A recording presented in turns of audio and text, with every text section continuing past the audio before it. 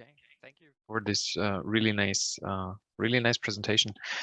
Yeah, I'm Jan from Germany, and the next guest we are going to have here is Miguel Barreiros, System Engineer Director at Arista. Are you around? Yes, I am. Buenos dias. Good morning. Hello. Good morning. Welcome here. Very nice to have you here. A great pleasure to have you talking, and we're looking forward for a very nice presentation about ready-to-consume network automation and quality telemetry using ML. And Miguel, are you ready to start? Yes. Should I start sharing? Yes, please start sharing, and okay. See you in a while. Thank you.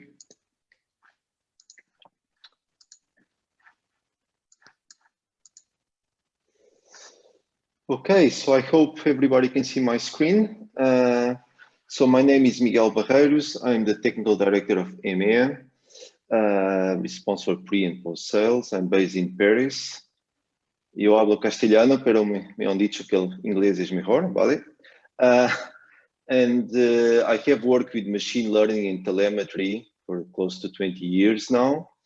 Well, 20 years ago, I was doing neural networks. That's the old school name for deep learning. And then I worked a lot with quality of service, but then I moved to a networking vendor, right? Where I've been staying a lot. So I guess that's the key question, that this is a DevOps, forum, and you have here Arista networks, and we don't sell virtualization, we don't sell servers or bare metal containers or whatnot. So why are we here, so to speak, right? So the organization felt it was interesting to provide a perspective of a network vendor. So as an example, if this morning or any day of the week you are using Microsoft Azure, they are #1 customer in our public reference, at the end your data is crossing most likely Arista gear, right? You are not aware of it, which is a good thing, obviously, because you should not care.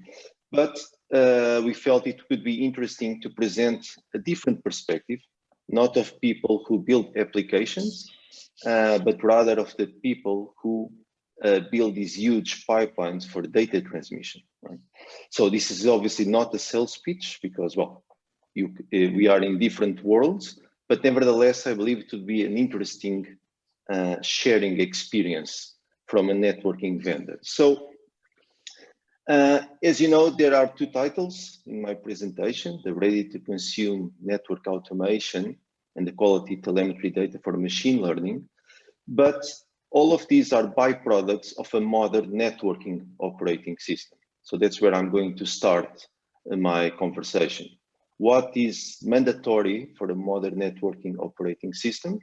And the two very good byproducts you get out of it, which is ready to consume network automation and quality telemetry or quality data that you can apply for machine learning, right? So moving on, just a very quick introduction to Arista, because maybe not everybody here is, since it's a DevOps forum, is familiar with Arista. So we were founded in 2008, 13 years old. We have been recognized a lot across all these public institutes or public references. We are the market leaders in 100 gig interfaces, and well, you have all the numbers in the slides. But to start unveiling what is behind modern operating systems is that, well, we only have one. Right? So this is the first hint, so to speak, about the network, about what is a modern operating system. As we can see, it's something that can take many shapes, many forms, exist in multiple domains, and it's always the same networking operating system. So just a bit more of background on Arista. So Arista started on low latency switching, cloud titans, then data center, and we kept on growing. Today, we work with campus networks, service providers, and so on. But back to the DevOps topic. So the first, sorry, a bit jumpy. So the first part about the modern operating systems that, well, networking operating system. is that it's the same one independently of where you want to use it. Right? So it's a bit follows the same principle as an app, right? You should build your apps that if you are deploying in Cloud Titan 1 or in Cloud Titan 2, they should be the same, right? You don't need to rewrite things whenever you change environment. Networking operating systems, the modern ones, follow the exact same principle, right? So we Arista have one operating system that floats across many, many use cases, and it remains the same, which is obviously very important for large scale. And the fact that Cloud Titan 1 or Cloud Titan 2 might have different requirements, but they are allowed that in their data pipelines, they can use the exact same operating system. It's also important, as we'll see, for the automation part, right? Because the same operating system means the same API, right? So if you have code interacting with the network OS API, that code does not change as the use case changes. Right? The second point is it should remain the same independently of the form factor. Right? So it's a bit like when you build apps, if the app is in a virtual machine or in a container, right? Your core code does not change. Right? So whatever is the form factor where you deliver it, the core components and the core functionalities remain the same. So, and this also ties into the automation part, right? Because when you have all these API-driven behaviors of people trying to interact with the network components, or you just want to plug the network into some sort of CI/CD pipeline or any automation workflow, it's important to have consistency, right? So you might want a router or a switch on a VM, you might want it on a container, or you might actually want the physical thing, right? But the models regarding how you interact with such different form factors should always remain the same, right? This is also very important for us. It's also something where I believe the DevOps world and the networking world, let's call them like that, share a lot in common, right? The modern OS should be able to span across multiple form factors because it's always the same OS, right? What just changes is the form factor. Being in a physical box or bare metal, a VM or a container should exactly be the same thing. The next point is the state-driven. This is something that in the networks today, which I have to admit my ignorance, I don't know if the DevOps world is the same thing, but state-driven is key, right? So there's always that joke that, what happens in Vegas stays in Vegas. So whatever was developed in the 80s and 90s should stay in the 80s and the 90s, right? So on the left-hand side, that's how network operating systems used to be built, which is you have tons of boxes in a monolithic system, typically some sort of Unix BSD or something similar. And when you want to take a box out, you need to erase all the arrows. If you want to put a new box in, a new brown box, then, well, you need to put it there and discover to whom he should need to talk to and build the arrow system, which just creates a gigantical bowl of spaghetti. Right? Now, a state-driven networking operating system has at its core a network database. Right? If you think about it for a second, it almost feels a bit weird, but it's the reality. The core component of a modern networking operating system is a database. That's the core, right? Where you have all these people around it talking to it, either getting notifications or publishing state, but it is a database. Right? And this is super important because if you want to take something out, you just cut the tie to the database. If you want to add something in, well, you just place it there and add a link to the database, right? So it's not a spaghetti.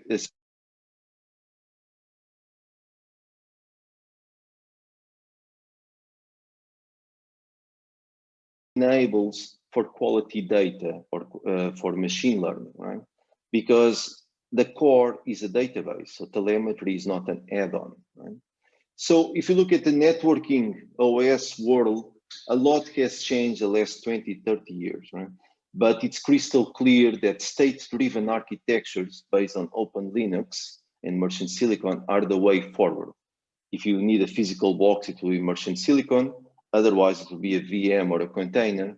But it's always, should always be the same operating system, which at its core is a database, right? So it's completely state-driven, right? The other component is obviously quality, right? So in the network, people usually talk a lot about features, like firewall features. Let's stop customer A talking to customer B. I know that people who develop apps, this is completely transparent, as it should be, obviously, right? People are developing apps, they are not configuring the network. But there's a lot of conversations regarding security rules, host-based segmentation. Should we have a firewall API hypervisor? Should we have host-based segmentation, like a little tiny firewall in a very oversimplified manner, living on the VM itself? But the key point is always amount of security that you have on the devices themselves, right? So all those devices that your apps cross in a transparent way for people using and building apps need to be secure. And this is something that's completely transparent, as it should be, to people building and using apps, but it's a core component and a core concern of people building networks, obviously. So the last thing is about the open ecosystems, right? The automation world regarding the network itself, and I believe from a DevOps perspective on the server app side is similar. It's all about open ecosystems, right? So we are, thankfully, done with the black box syndrome, where people just throw packets at the black box and just wished nice things would come out at the other end, right? More and more on the networking world, I believe it's the same analogy applies to the DevOps world. We have the concept of open systems, open ecosystems. Right? So it's not the black boxes that nobody really knows what they actually do. And then you need a black boxes manager, because since nobody understands the black boxes, you need to buy the black boxes manager. Right? Extensibility and telemetry are the two key trends on the networking world right now. And well, what I'm showing here is basically the skeleton of a modern operating system, in our case, Arista EOS, right?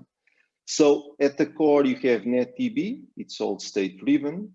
You expose via OpenConfig or via APIs, all these clients that people can just connect directly to the box, right? And all these APIs are documented, OpenConfig, that's a standard. And it allows you to have a real-time state streaming, right? So, and you'll see how crucial this is for the machine learning world in the networking, right? It's the fact that because the core component is a database, in a nutshell, everything on that database can be streamed in real time to clients, right? And that's incredibly important, because it means that every single variable of the network, every single, in the sense that, well, what happens if I have 10 million variables? Then you need to know the state of 10 million variables. Or you may not want to know the state, but you should always get the data, right? And they can be streamed in real time to either Cloud Vision, which is just a management system, or to open source tools. So Grafana, particularly, it's gaining a lot of popularity regarding open telemetry systems, which in a nutshell, in the networking world, are just a way to say that I'm going to use open source. I'll get real-time notifications about the state of every single networking variable, and I'm going to build my graphs or my stats based on that. Right? So the key trend in the networking world is definitely open ecosystems. Right? So you can look at what's under the hood, what's the skeleton of the operating systems. You know, you have all the tools to interact with it, not via the CLI, obviously, but all these tools to interact with it in an automated manner, and you can get every single piece of information in real time out of it. Right? And obviously, as you're going to see, this has got a huge importance due to CI/CD pipelines. Right? So in the summary, I mean, the networking world trends regarding networking OSs are, they have to be independent of location and use case. They have to be independent of the form factor.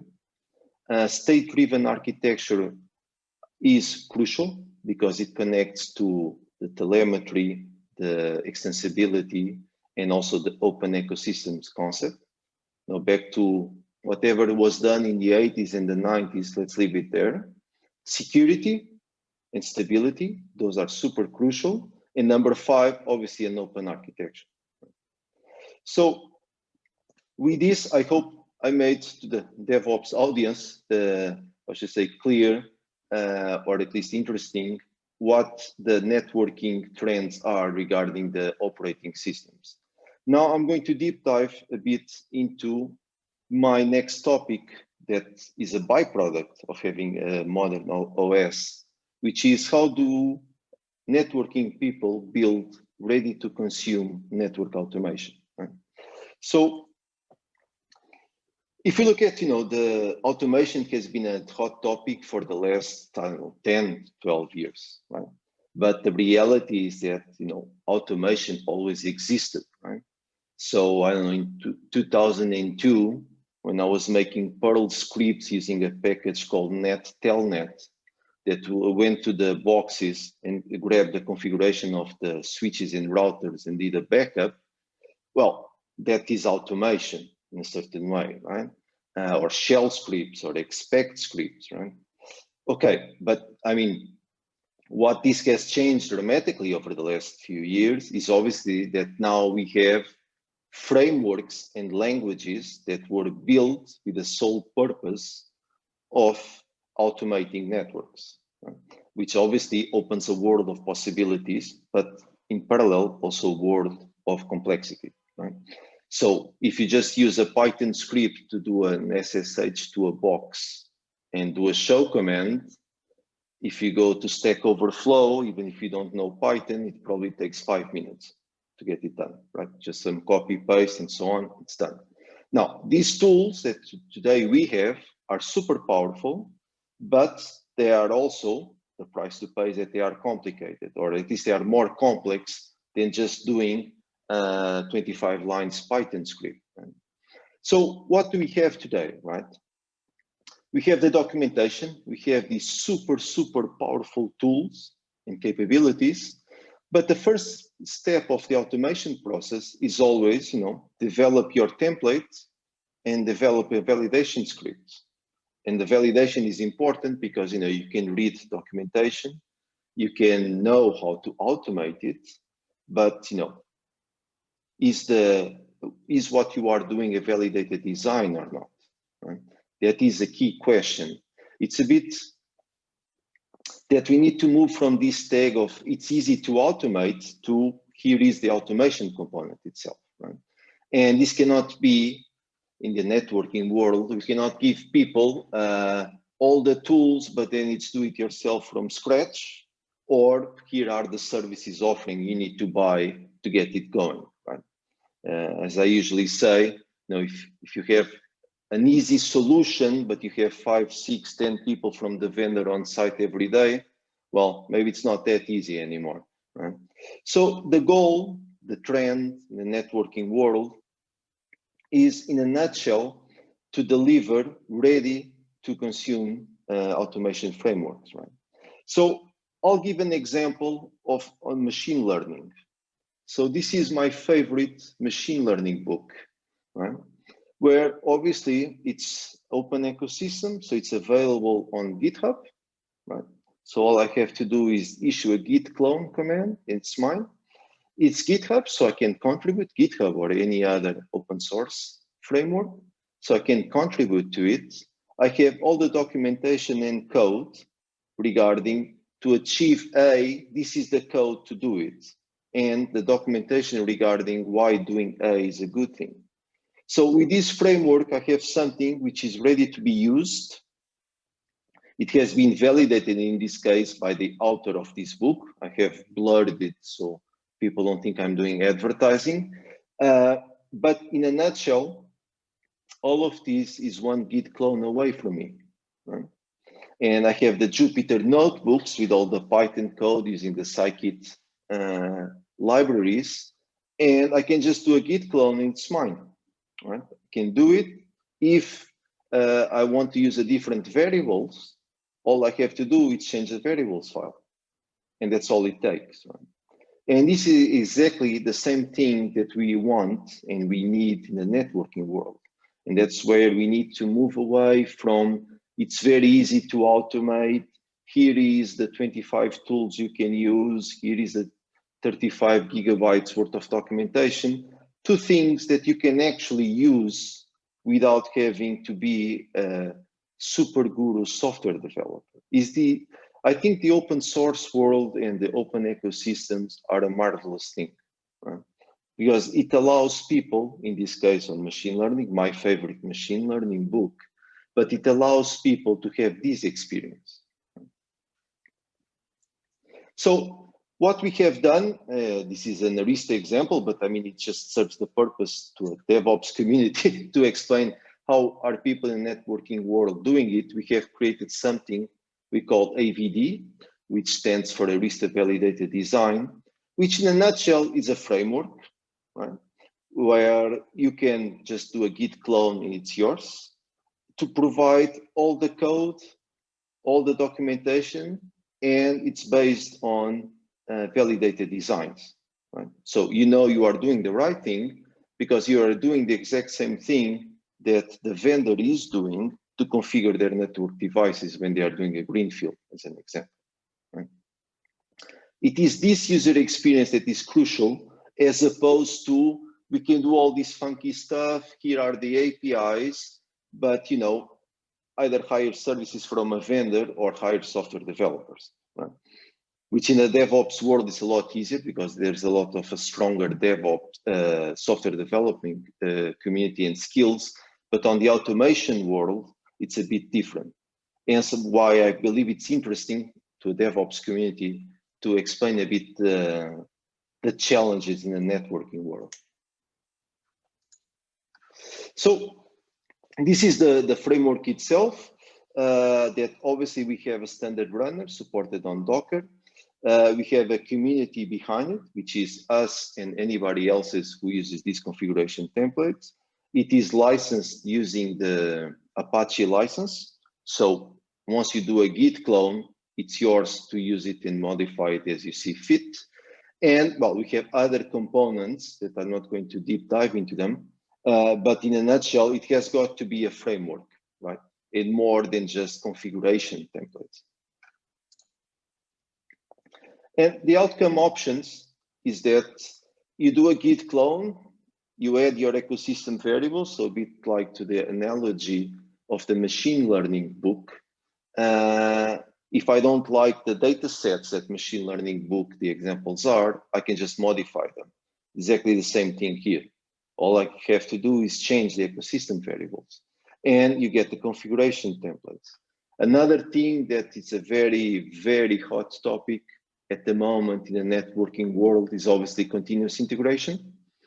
And more people in the networking world demand and desire plugins that you can stuck in directly into a CI/CD pipeline. Right? And this is what, in the networking world, this, I would say, on the automation front, it's hot topic number one. Not sure. Not sure about the DevOps, how things are done, but this is from the networking world perspective. Okay, so my last topic, I think I still have 15 minutes, sorry. It's quality data or telemetry for machine learning, right? So there have been lots of talks about machine learning. It's a hot topic. I have personally worked with it, but it was 20 years ago. when I work with neural networks for speech recognition. Neural networks, it's well, they call the deep learning, right? But you know, machine learning has got one good thing in terms of its needs are completely horizontal to DevOps, networking, whatever it is the use case, right? Which you need to have representative quality data because the logic of the model is done or is achieved by using the data to train and validate the model. So in a nutshell, and this is the corollary #1 of machine learning world, is garbage in, garbage out. Right? So if you throw garbage in at a machine learning algorithm, you're training the model and validating it with garbage. Garbage is in bad data, so you're going to get garbage out. Right? And this is why representative and quality data is so important. If you look at the industry, there is a reason why decision trees are so popular, right? Because decision trees offer a very good balance regarding how much data you need and how much training you need to perform, as opposed to deep learning, which, depending on the scenario, it's not really a fair generalization, but I'll still use it. Deep learning is a lot more powerful, right? But it requires huge amount of data. So the first point is that you need to have data that matches reality. The second point is that you need to have huge amounts of data, right? The other two, processing and memory, 20 years ago, this was a big challenge. Today, not really at all. Right? So why is data in real time so important, right? So in the networking world, this is how things are being done, is that you have data streamed, you have a time series database, right? And then you split the data into a training set, a testing set to train and validate the model, and you go into production, right? Now, the real-time part is crucial because you need to have the exact match of the reality. So if you are doing polling, sampling, or anything asynchronous, I mean, we can play with semantics all we want, but basically it's called asynchronous mode, right? There are things that you are going to miss from reality. So what you're going to feed into your time series database is not reality, it's actually incorrect data, right? So this is a purely academic example, obviously, where you just have a red dot that you missed, right? But does not match reality, so you're training and validating the model with incorrect data, which goes back to the garbage in, garbage out machine learning corollary, right? This is why in the networking world, and I believe this holds true, I have worked on the app side of machine learning, that was 20 years ago, but I believe on the machine learning, the quality of the data is vital. Without it, you cannot do anything. Then the second point is how much data can you get? And that typically places a constraint regarding, well, can I use decision trees? Can I use deep learning? But the first step, it's always, can I get quality data or not? So doing some research, I actually found a point that I think will be interesting for the DevOps community, an example, which is how Netflix detects poorly behaved networking elements. Right? So if you have a switch, a server, a router that goes down, it's incredibly easy to understand where is the problem because, well, actually a network element went down. Right? So that's easy to spot. Right? Now, the problem is when you have something that does not go down, but compromises the overall quality of the network. Right?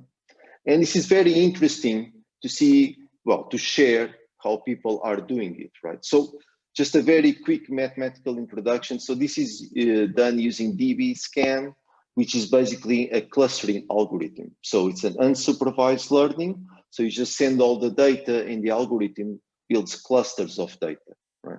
Where the outliers are the exceptions that sit in a cluster outside the other clusters. Right? Sorry, that was very quick and dirty. But back to the main topic here. The reason, well, the way this works is that all this data that I'm highlighting here is captured in real time, right? So you have reality here, right? Then you can apply this reality to the machine learning algorithm because you trust this data. This is in real time, right? And then you can identify who are the outliers, right? So if you have a server in the networking world or a switch or a router, if you are able to stream all the data from it in real time, meaning you are 100% confident that the data you have match reality, you can use these clustering algorithms that in a nutshell allows you to split the, well, to identify who are the outliers. This is an example for servers, but obviously the exact same logic applies to switches, to routers, to whatever networking element.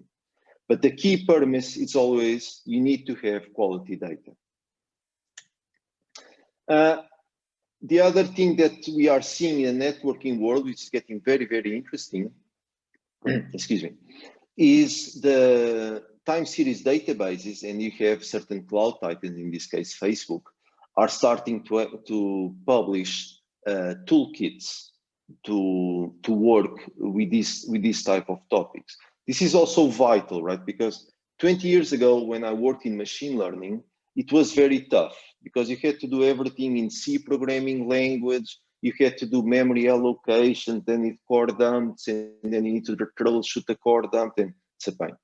Today, it's super, super easy to play with machine learning, right? You have these super powerful libraries like scikit for Python and so on that makes this a lot easier, right? Time series database for the networking world are vital, right? I'm not sure how it works in the DevOps world, but networkings are very, how should I say, very volatile regarding information. It's a constant flow of information, right? You might have thousands of network nodes out there between switches, routers, and servers. So there is this giant influx of information.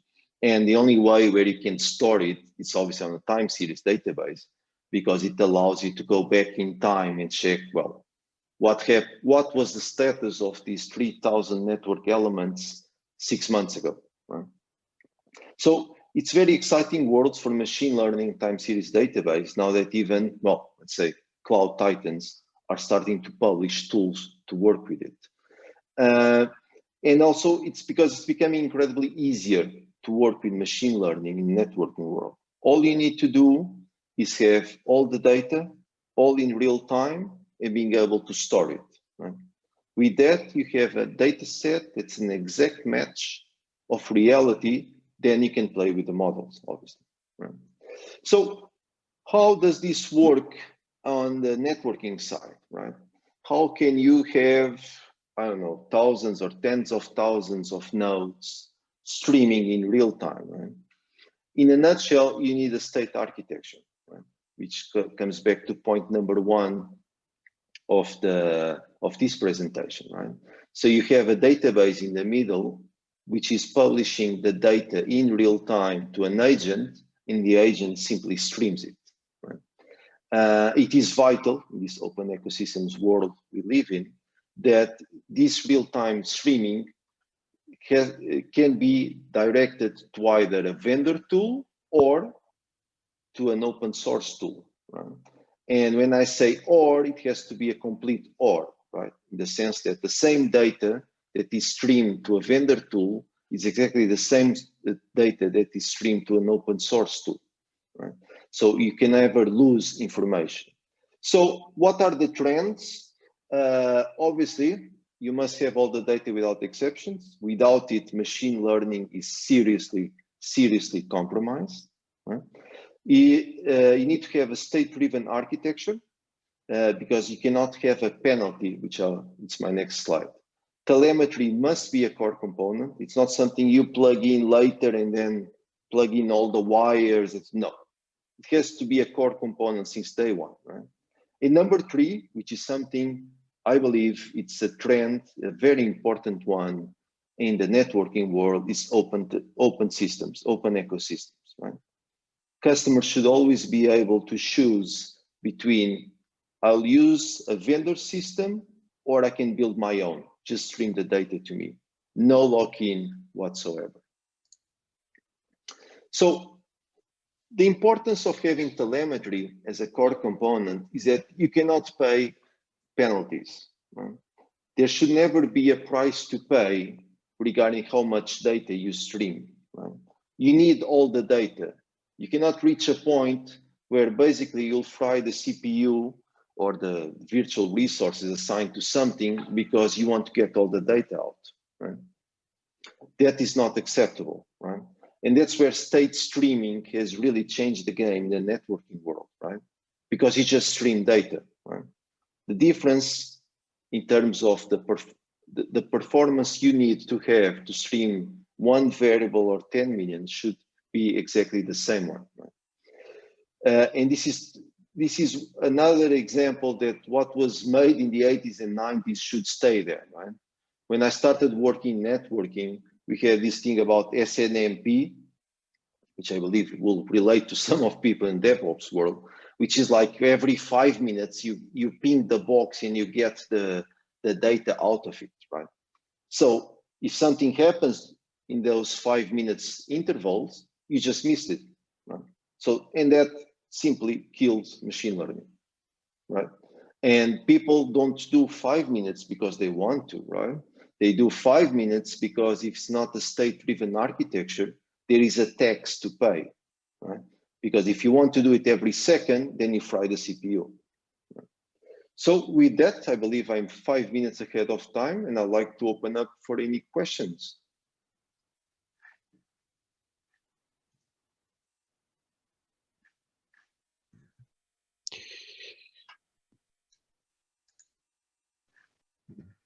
Yes, No? I just checked the chat for you. There are no open questions, but for me, it would be quite interesting to know. So how you realize having CPU streams or data streams being not consuming much CPU? Is that like something that came up recently? No, it has been the background of Arista is actually with the cloud titans, where scale goes to different levels. So you're talking about tens of thousands of boxes, and state-driven is, well, it's mandatory for them as it's mandatory for any customer these days. It all has got to do with scale. Okay. Well, I mean, I would just like to say, if there are no more questions during the session, I'm happy to unplug. My email address is published in my slides, and I'm fully available to any follow-up via email. Thank you so much. Thank you for the opportunity to present. Thank you really much. It was an interesting talk. It was nice to see which challenges we can face next in our new cloud environments, and everything we can do with AI and Ops and ML sounds like something very interesting. And yeah, thank you really much. Thank you.